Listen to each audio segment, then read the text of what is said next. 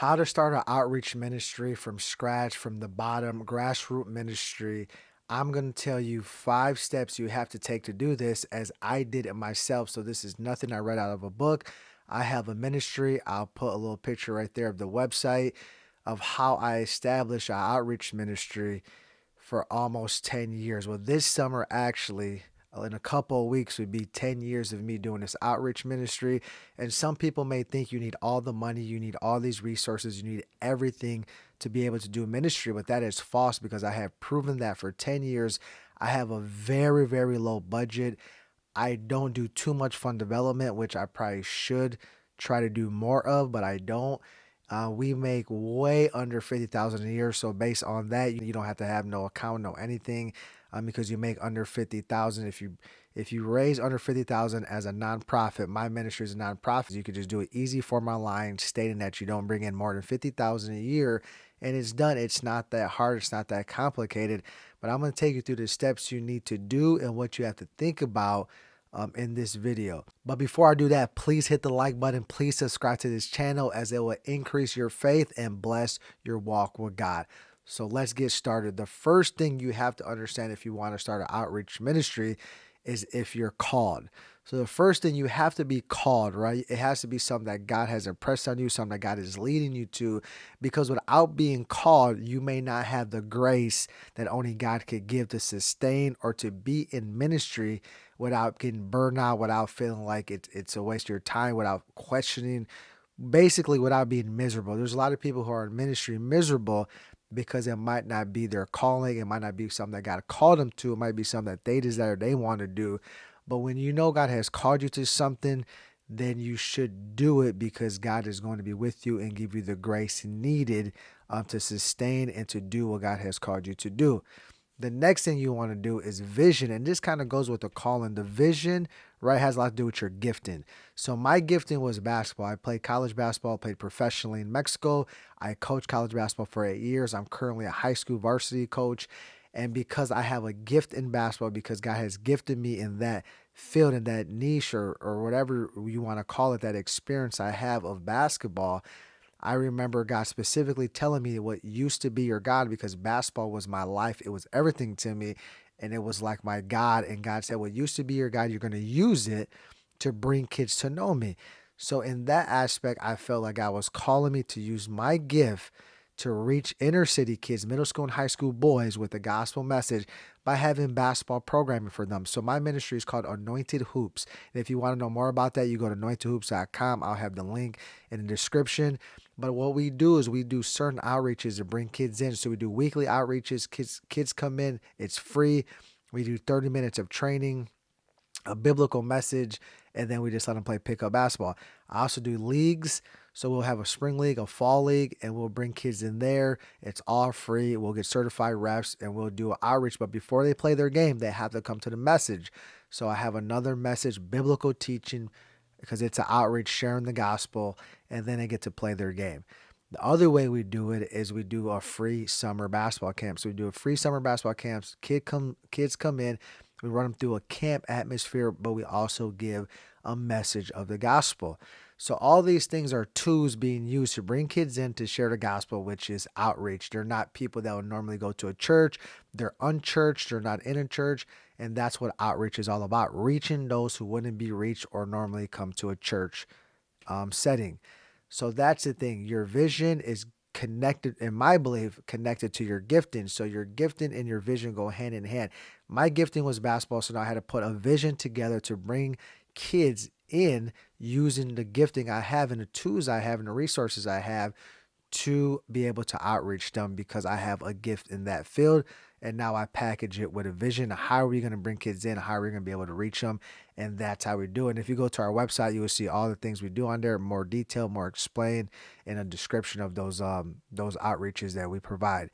We also do chapels, which I'm a basketball coach, so we do chapels and we minister to kids before games and give a biblical message there. Also, that's another way we reach and do outreach through Anointed Hoops.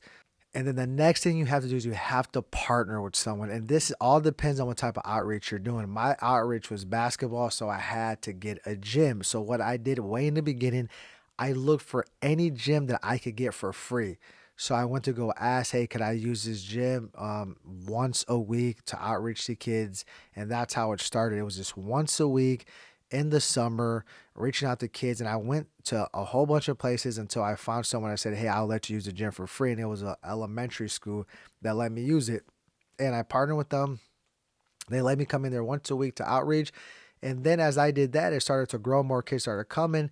And after a couple years, I ended up partnering with the Boys and Girls Club. I had someone that I really believe what we were doing, brought us over there to outreach. So then we get the Boys and Girls Club Teen Center time, and the kids that want to play basketball have to come to me, have to be a part of the Anointed Hoops ministry, and then I take them through the programming. So Boys and Girls Club gets free programming for me for 2 hours, but I'm able to use the gym for free and do outreach for the glory of God.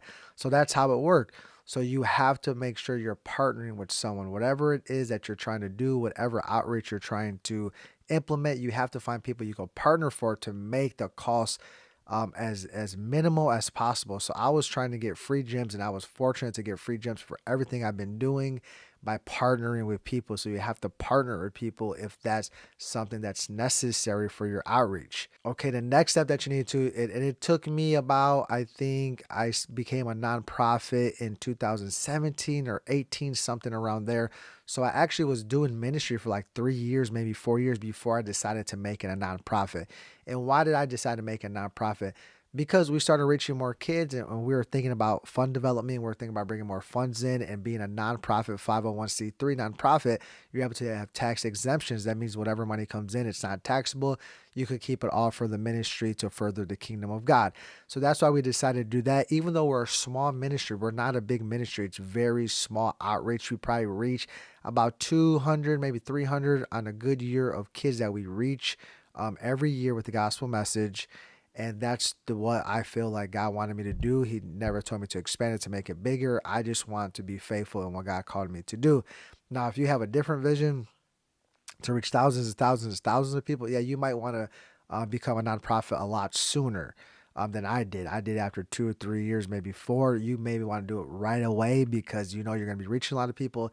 You're going to need a lot of fund development. You're going to be fund development right away, right away, right away. You're going to try to raise as much fund as possible. If you're trying to raise as much funds as possible, do your outreach ministry, then yeah, you want to become a nonprofit right away if you want tax exemptions, right? But if you don't want tax exemptions and you just want to do a ministry, you could be a LLC, limited liability company, or sole proprietorship, which basically you have limited liability. They're going to cover you over lawsuits and stuff like that, which is good. Same thing with nonprofit, but sole proprietorship, you're on your own. Anything that happens, you're liable for that, and it all falls back on you. You could do more research on those things and what all those things mean. But I would say most ministries, most people are nonprofit, so they get the tax exemption. And then people who give also get tax exemptions because you're a nonprofit organization. But you want to decide if you're going to do that or you're going to be like me, maybe build it up. It's not that big. Work it. And then you say, hey, you know what? I'm going to start raising more funds for it. And I want to get that tax exemption because we're getting funds in. Let's become a nonprofit. So that's the next thing you have to do. Now, the last thing you have to do that's very important, it all depends how big your ministry is. But with my ministry, even though it's small, you need volunteers. So you have to start reaching out to people to pour, to serve, to give back to the community, to give back to the kingdom of God, and bring them into your ministry outreach and have them volunteer and serve. So you have to build up a volunteer team. So when I do my weekly outreaches, I might have maybe 1, 2, 3 people helping me there. And it's not that I don't need that many hands, because all I need is maybe someone to keep the score clock, someone to make sure we're watching our equipment, our balls and stuff, making sure kids are not stealing them, because that does happen. And then, someone that really wants to engage with kids and build relationships so we could get them connected to the local church, because that's our mission also, get them connected to our youth group.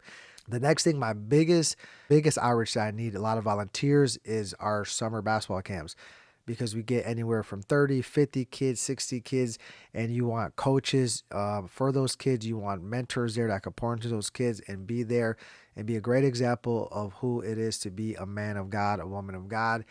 And then those people are the ones who are helping do drills, they're helping do stations, they're helping registration, they're helping sign up kids, they're helping pass out t-shirts, they're helping with all the functions that need to be done at the summer camp. It's a 5-hour, 1-day camp that we do for free.